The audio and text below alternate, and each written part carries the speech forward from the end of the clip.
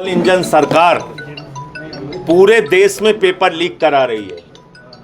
Modi ji NEET का paper leak कराते हैं, योगी जी लेखपाल से लेके पीसीएसजे का पेपर लीक कराते हैं। तो ये डबल इंजन जो है ये पेपर लीक सरकार चला रहे हैं दोनों। और पेपर लीक कराना अपराध नहीं है, लोग आत्महत्या कर रहे हैं उसमें किसी का दोष नहीं है, नौजवान मर रहा है उसके लिए किसी की जवाबदेही नहीं है, लोग बेरोजगारी के कारण आत्महत्या कर रहे हैं उसके लिए भी किसी की जवाबदेही नहीं। लेकिन आप पेपर लीक के ऊपर चर्चा नहीं कर सकते।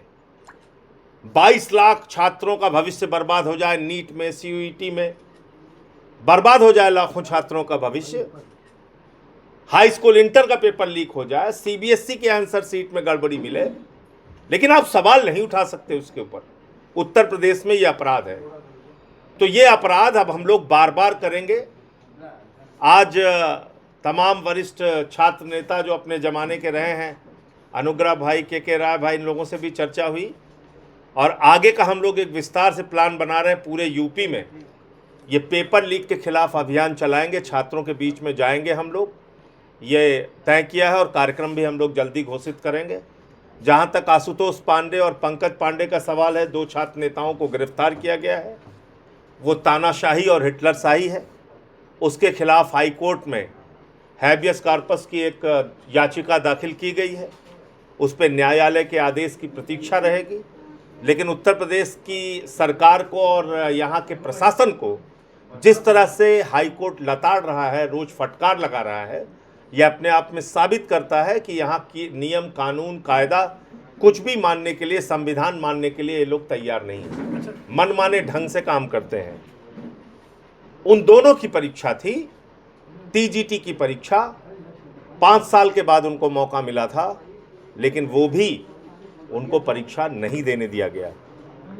ये किस प्रकार का अन्याय कर रहे हैं योगी जी और उनका प्रशासन, और कौन सी हिटलरशाही है ये। मुझसे मुलाकात नहीं, 14 तारीख को आशुतोष पांडे का फिर एग्जाम है, उसका एडमिट कार्ड भी है, मैं वो आपको शेयर कर दूंगा। यह अजीब तानाशाही चल रही है यहाँ पे। तो इसलिए ये अब सिलसिला रुकने वाला नहीं है और छात्र आंदोलन और लोगों की जो लड़ाई है उसको हम लोग आगे बढ़ाएंगे। आपके साथ जो काकरोच पार्टी इस देश के नौजवानों का गुस्सा है। काकरोच पार्टी उस निराशा से निकली हुई है जिसमें बेरोजगार नौजवान आत्महत्या कर रहा है, लाखों छात्र नीट के पेपर लीक से दुखी हैं, सीयूईटी के पेपर लीक से दुखी हैं, सीबीएसई के आंसर सीट में गड़बड़ियाँ और धांधली मिल रही है और हजारों करोड़ का रिश्वतखोरी का धंधा है ये पेपर लीक। तो उस निराशा से नौजवान परेशान है, वो हताश है और वो काकरोच जनता पार्टी के रूप में अपना विरोध दर्ज करा रहा है।